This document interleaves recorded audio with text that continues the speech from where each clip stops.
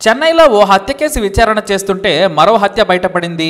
పోలీసులకే shock ఇచ్చిన ఘటనలోని ఈ crime thriller ట్విస్టులను చూడండి. జనవరి 16, 2017న కూమ్ నదిలో ఓ మృతదేహం కొట్టుకొచ్చిందని పోలీసులకు సమాచారం అందింది. అప్పటికే మృతదేహం గుర్తుపట్టలేని స్థితిలోకి మారిపోయింది. దీంతో పోలీసులు మృతదేహాన్ని బయటకు తీసి విచారణ చేపట్టారు. అయితే జనవరి 10న హెన్రీ అనే ఆటో డ్రైవర్ మిస్సింగ్ కేసు పోలీసులకు అందింది. గుర్తు తెలియని మృతదేహం దొరకగానే హెన్రీ కుటుంబ సభ్యులను పిలిపించారు పోలీసులు. మృతదేహాన్ని చూసి చనిపోయింది తమ బిడ్డనని తల్లిదండ్రులు రోధిస్తూ పోలీసులకు చెప్పారు. మరి ఈ హెన్రీని చంపింది ఎవరై ఉంటారని విచారణ మొదలుపెట్టారు. 25 ఏళ్ల హెన్రీ ఉండేది ఒట్టేరిలో. ఆటో నడుపుతూ జీవనం సాగిస్తూ ఉంటాడు. అయితే నదీ ప్రాంతానికి వెళ్లే దారిలో వరుసగా సీసీ కెమెరాలను పరిశీలించగా ఓ ఆటో పలుమార్లు పలు వీధుల్లో తిరుగుతూ కనిపించింది. ఆటో నెంబర్ ఆధారంగా డ్రైవర్ను అదుపులోకి తీసుకున్నారు పోలీసులు. అతని పేరు జేవియర్ అరుళ్, వయసు 50 ఏళ్లు. కానీ సీసీ కెమెరా ఫుటేజ్లో ఉన్నది అరుళ్ కాదు. పోలీసులు ఇతనెవరని ప్రశ్నించడంతో 19 ఏళ్ల తన కొడుకు మైకేల్ విజయ్ అని చెప్పాడు. అయితే హెన్రీ గురించి తనకు తెలియదని బుకాయించాడు అరుళ్. పోలీసులు అతని కొడుకు మైకేల్ అదుపులోకి తీసుకున్నారు. తండ్రి లేని సమయంలో ఆటో నడుపుతూ ఉంటాడు ఈ మైకేల్. ఈ కుర్రాడికి పోలీస్ ట్రీట్మెంట్ ఇవ్వడంతో తామే చంపామని ఒప్పుకున్నాడు. అంతేకాదు ఆ రోజు హత్యకు సహకరించిన తన తండ్రి స్నేహితుడు అమల్ రాజ్ గురించి కూడా చెప్పాడు. ఇక చనిపోయిన హెన్రీ చాలా సిన్సియర్, డబ్బును పొదుపు చేసుకుంటూ కుటుంబాన్ని పోషించుకుంటూ ఉంటాడు. కానీ ఈ అరుళ్, మైకేల్ అంటే తండ్రి కొడుకులు సంపాదించిన సొమ్ము మొత్తాన్ని ఏ రోజుకా రోజు తాకేస్తూ ఉంటారు. వీరికి అప్పులు కూడా ఉన్నాయి. కానీ హెన్రీ మాత్రం డబ్బులను వడ్డీలకు తిప్పుతూ ఉండేవాడు. అయితే ఇతని మెడపై 2 తులాల చైన్ కూడా ఉండేది. చేతి వేలికి అరతలం రింగు కూడా ఉండేది. అది దోచుకోవాలని ప్లాన్ చేశారు ఈ తండ్రి కొడుకులు. అందుకోసం 10,000 ఇస్తామని అమల్ రాజును కూడా కలుపుకున్నారు. ఆ రోజు హెన్రీని ఇంటి దగ్గర తన ఆటోలో వెళ్లి మైకేల్ బీచ్కి దగ్గరలో ఉన్న నిర్మానుష్య ప్రాంతానికి తీసుకొచ్చాడు. అక్కడ అప్పటికే మద్యంతో పాటు స్టఫ్ ఏర్పాటు చేసి పార్టీ చేసుకున్నారు అరుళ్, అమల్ రాజ్. వారికి ఈ మైకేల్, హెన్రీ జతయ్యారు. మద్యం బాగా తాగిన తర్వాత తనకు అప్పులయ్యాయని కాస్త డబ్బు కావాలని ఇవ్వమని హెన్రీని అడిగాడు అరుళ్. కానీ తండ్రి కొడుకుల గురించి తెలిసిన హెన్రీ తన దగ్గర లేవని చెప్పాడు. ఇప్పటికే ఉన్న డబ్బులు బంధువులకు వడ్డీగా ఇచ్చానని చెప్పుకొచ్చాడు. నీ మెడలో ఉన్న చైన్ రింగ్ ఇస్తే తనఖా పెట్టుకుని తీసుకుంటాను, 6 నెలల్లో తిరిగి ఇస్తానని చెప్పాడు అరుళ్. అందుకు మైకేల్ కూడా జత కలిసి మా నాన్న ఇవ్వకపోతే మా ఆటో తీసుకోమన్నాడు. డబ్బుల విషయంలో అరుళ్కు బ్యాడ్ నేమ్ ఉంది, అందుకే తానివ్వనన్నాడు. దీంతో వ్యూహాత్మకంగా ముగ్గురు కలిసి అప్పటికే తెచ్చిన నైలాన్ తాడును హెన్రీ మెడకు బిగించి ఉరేసి ముగ్గురు చంపారు. ఆ తర్వాత చైన్ రింగు తీసుకున్నారు. అంతేకాదు అతని జేబులో ఉన్న 2,000 రూపాయలను కూడా తీసుకున్నారు.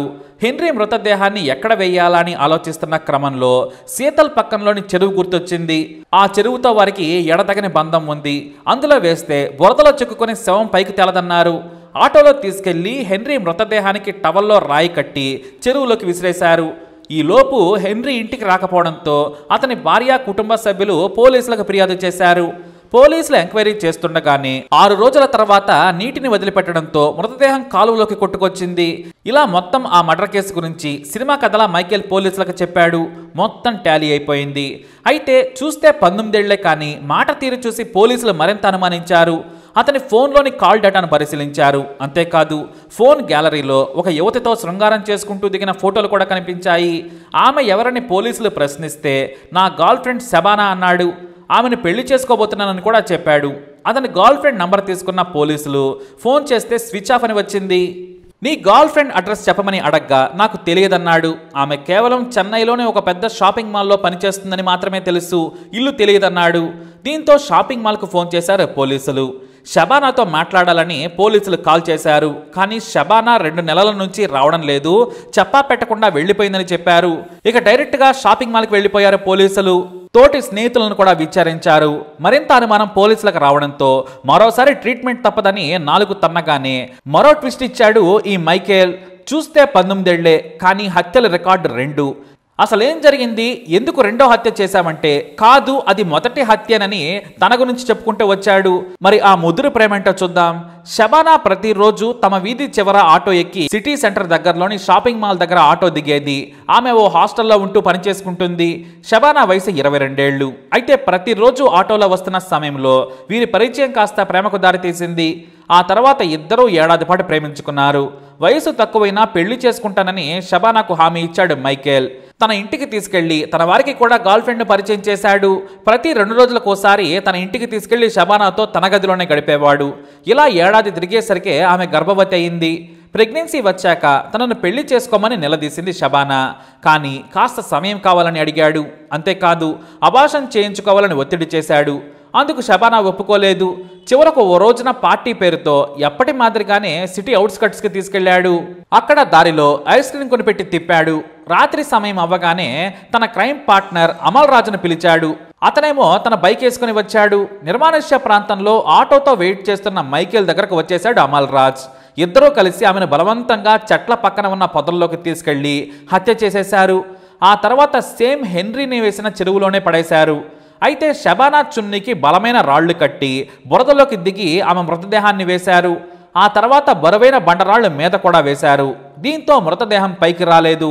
మొదటి హత్య చేసి సక్సెస్ అయ్యాం, పోలీసులు కూడా పట్టుకోలేదు. దీంతో సేమ్ హెన్రీని కూడా చంపి అదే చెరువు బురదలో వేశారు. కానీ పాపం పండి మృతదేహం బయటకు కొట్టుకొచ్చి దొరికిపోయారు ఈ ముగ్గురు హంతకులు.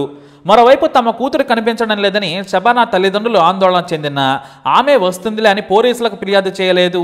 ఎందుకంటే చదువురాని షబానా తల్లిదండ్రులకు తమ బిడ్డ ఎక్కడ పనిచేస్తుందో ఎక్కడ ఉంటుందో కూడా పాపం వారికి తెలియదు.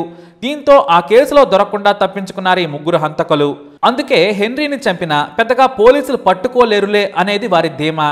అలా జూనియర్ హంతకుడు మైకేల్ వయస్సుకు మించిన నేరాలు చేస్తున్నాడని ముందే పసిగట్టిన పోలీసులు ఫోన్ ద్వారా ఈ షబానా హత్య కూడా బయటపెట్టారు. ఇక ముగ్గురిని జైల్లోకి తోశారు. మరి ఇలాంటి వారికి ఎలాంటి శిక్ష పడాలి మీ అభిప్రాయాన్ని కమెంట్ ద్వారా తెలియజేయండి. ఇలాంటి కేసెస్ గురించి స్టడీ చేయాలనుకుంటే తప్పకుండా వీడియోని లైక్ చేయండి, షేర్ చేయండి, మా ఛానల్ని సబ్స్క్రైబ్ చేసుకోండి.